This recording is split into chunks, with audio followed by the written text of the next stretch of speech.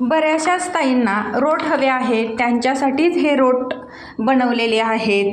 त्यामध्ये मी काय काय वापरते हे मी बऱ्याच वेळेला सांगितलेलं आहे की तुम्हाला पाहायला मिळेल. तुम्ही जे माझ्याकडून ऑर्डर करता, कुठल्याही प्रकारचे बिस्किट असू द्या, नानकटाई असू द्या, रोट असू दे, सगळे तुम्हाला व्हिडिओमध्ये पाहायला मिळतील.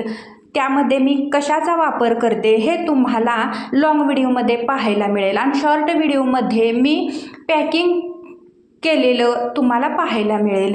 आता इथं रोटची तयारी सुरू आहे. मी शॉर्ट व्हिडिओमध्ये तुम्हाला या गव्हाविषयी माहिती दिलेली आहे. ते कुठल्या प्रकारे दळून वगैरे आणलं हे सगळं तुम्हाला डिटेल्समध्ये सांगितलेलं आहे.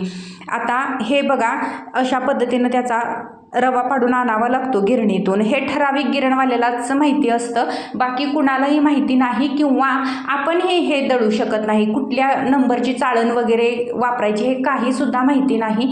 फक्त ते जात्यावल्या गिरणीतूनच रवा पाडून मिळतो एवढं मला माहिती आहे. बाकी जी घरगुती बॉक्स गिरण असते ना, त्याचं मला काही माहिती नाही.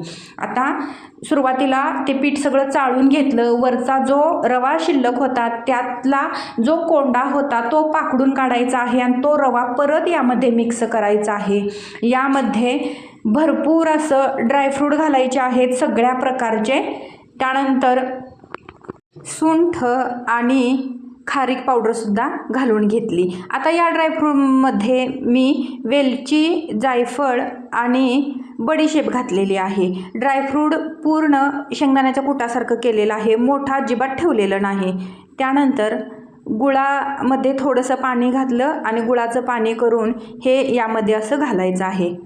ज्या वेळेला आपण नुसता गूळ खिसून घेतो ना, त्यावेळेला काय होतं की गूळ मऊ पडतो पण पूर्ण त्याच्या गाठी फुटत नाहीत आणि रोटमध्ये गुळाच्या गाठी बेक करत्या वेळेस विरघळत नाहीत. रोट ट्रेला चिटकून राहतो. त्यामुळं गुळाचं पाणी करून घालायचं म्हणजे चांगलं मिश्रण तयार होतं.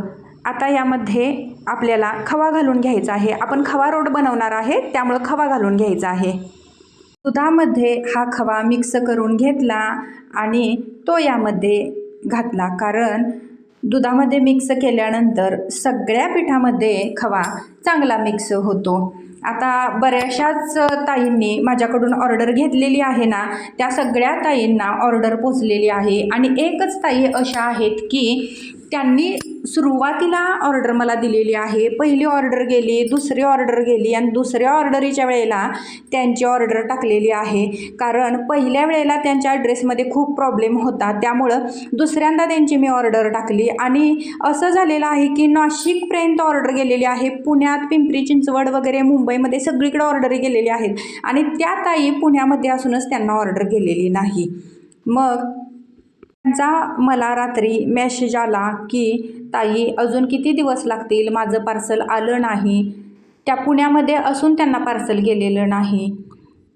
त्यांचा जेव्हा मला मेसेज आला तेव्हा कुरिअर ऑफिस बंद होतं. संध्याकाळच्या वेळेला त्यांच्यासोबत कॉन्टॅक्ट होत नाही. मग म्हटलं आज त्यांना मेसेज करून सांगायचं की कुठंपर्यंत कुरिअर पोचलेलं आहे म्हणून. म्हणजे असे थोडेफार का असे ना प्रॉब्लेम होतात. आता हे एकच म्हणजे कस्टमर असं आहे किंवा ताई पुण्यातल्या अशा आहेत की त्यांच्या पार्सलमध्ये प्रॉब्लेम आलेला आहे.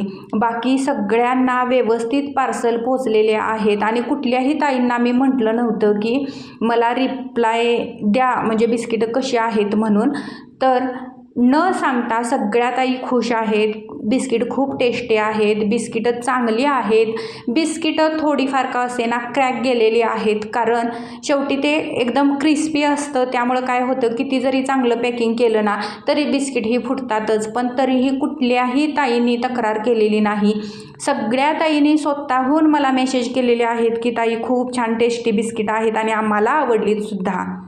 त्यामुळंच सगळ्या ताईंना मी त्यांच्यासाठी जी बिस्किटं बनवते, रोट बनवते, नानकटाई बनवते, यामध्ये मी कशा कशाचा वापर करते हे मी दाखवते. कारण फक्त मेसेजवरती आणि माझे व्हिडिओ बघून त्यांचा इतका सपोर्ट चांगला आहे ना, भरपूर सपोर्ट चांगला आहे आणि ऑर्डरीसाठी मीच कुठंतरी कमी पडत आहे असं मला वाटतं. कारण 4-4 दिवस ऑर्डरी माझ्याकडं येऊन पडतात, म्हणजे त्यांचं बुकिंग होतं आणि त्यानंतर बिस्किटं बनवली जातात आणि मग कुरिअर ऑफिसमधून त्यांना ते पार्सल पोहोचलं जातं. यामध्ये 7 ते 8 दिवस जातात आणि सगळ्या ताईंना एवढंच मी सांगते की तुमची ऑर्डर आल्यानंतर मी ही बिस्किटं बनवते. एकदम ताजी ताजी फ्रेश बिस्किटं तुम्हाला मिळतात. त्यामुळं थोडासा वेळ लागेल आणि मी नवीन आहे. प्रत्येक गोष्ट कशी ॲडजस्ट करायची याचं मला अजिबात नॉलेज नाही. त्यामुळं तुमचा सपोर्ट असणं मला खूप महत्त्वाचं आहे. जसा आजपर्यंत सपोर्ट दिलेला आहे ना, तसाच इथून पुढं सुद्धा तुमचा सपोर्ट मला हवा आहे. आणि हे चांगलं काहीतरी घडत आहे आणि तुम्हालासुद्धा बिस्किटं चांगली पौष्टिक खायला मिळत आहेत. त्यामुळं थोडंसं ॲडजस्ट करून घ्या, कारण कुठलीही चांगली गोष्ट जर करायची असेल तर थोडा का असेना प्रॉब्लेम हा येतोच. हे जे रोटचं पीठ आहे यामध्ये तूपसुद्धा घातलं आणि सकाळी हे 10 वाजता पीठ मी मिक्स करून ठेवलेलं होतं. मेजरमेंट याचं टाकून झाकून ठेवलेलं आणि संध्याकाळी 4-5 वाजता हे रोट मी बनवायला घेतले. पीठ थोडं हाताला लावत आहे, कारण हे पीठ एकदमच आपलं मऊ झालेलं आहे. त्यामुळं याचे मोठे मोठे गोळे करून घ्यायचे आहेत आणि वरून याला खसखस आणि खोबऱ्याचा खीस लावायचा आहे. आता हे लावणं ऑप्शनल आहे. यामध्ये आपण फक्त काजूचा एक तुकडा लावला तरीसुद्धा चालतो किंवा खसखस आणि काजू लावलं तरीसुद्धा चालतं. पण मी नेहमीच खोबरं आणि म्हणजे खिसलेलं सुकं खोबरं आणि खसखस लावते, कारण मला ती सवय आहे. त्यामुळं रोटला मी नेहमी तेच लावते. आता एकदम बिस्किटपेक्षा याचा 1.5 पट गोळा मोठा करायचा आहे. बऱ्याचशाच ताईंच्याकडून मेसेज आलेले आहेत की तुम्ही ऑनलाईन क्लास सुरू करा, आम्हाला ही बिस्किटं करायला शिकायचं आहे.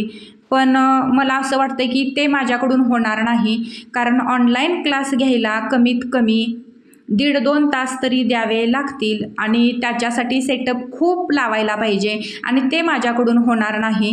त्यामुळे सगळ्या ताईंना मी सॉरी बोलते. तुम्हाला जर ट्रेनिंग करायचं असेल तर मी व्हिडिओ ट्रेनिंगविषयी पाठवला आहे, तुम्ही तिथं कॉन्टॅक्ट करा आणि त्यांच्याकडून तुम्ही ट्रेनिंग घेऊ शकता. त्यांचे काही चार्जेस असतील ते तुम्हाला द्यावे लागतील. त्यानंतर तुम्हाला जर घर बसल्या शिकायचं असेल, न पैसे देता फुकट शिकायचं असेल ना, माझे व्हिडिओ बघा तुम्ही.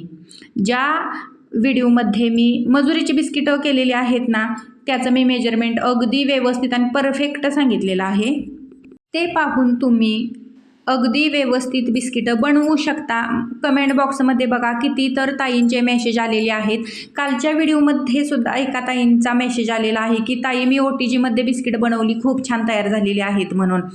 आणि काही जणींचे मेसेज असे आलेले आहेत की बिस्किट म्हणजे आमचे व्यवस्थित झाले नाहीत म्हणून. काही जण तर असं म्हणतात की नाही तुम्ही बडबडच खूप करता किंवा रेसिपी व्यवस्थित तुम्ही सांगत नाही. पण नुसती रेसिपी सांगणं मला बरं वाटत नाही, कारण मग त्यामध्ये असं जे चूक आपल्या हातून चूक होत असते ती मी सांगू शकत नाही. जर मी चूक सांगितली नाही तर तुमच्याकडून सुद्धा जी मी चूक केलेली आहे ती चूक तुम्ही करशील. त्यामुळे मला असं वाटतंय की रेसिपी बरोबर अनुभव शेअर करणं सुद्धा तितकंच महत्त्वाचं आहे. आणि हे जे रोट आहेत ना, हे रोट तुम्हाला जर हवे असतील किंवा वेगवेगळ्या प्रकारची बिस्किटं तुम्हाला जर हवी असतील, त्यांनी दिलेल्या व्हॉट्सअप क्रमांकाला हाय करा. सगळ्या बिस्किटचे रेट लिस्ट तुम्हाला मिळून जाईल आणि त्याच्यावरती तुम्ही बुकिंग करू शकता. आणि एवढे असे आपले हे रोट तयार झालेले आहेत बघा. खसखस आणि खोबरं लावलेलं आहे बघा, दिसतं का? हे रोट थोडेसे कठीण असतात, थोडेसे मधी मऊसुद्धा रोट असतात, पण टेस्टला 1 नंबर रोट आहेत. यामध्ये कुठलीही पावडर न वापरता फक्त ड्रायफ्रूट आणि खपली गव्हाचे हे रोट आहेत. ऑर्डर करायचे असेल ना, पटकन टाका. आणि असे बघा वरनं आणि खालच्या साईडनं दिसतात हे.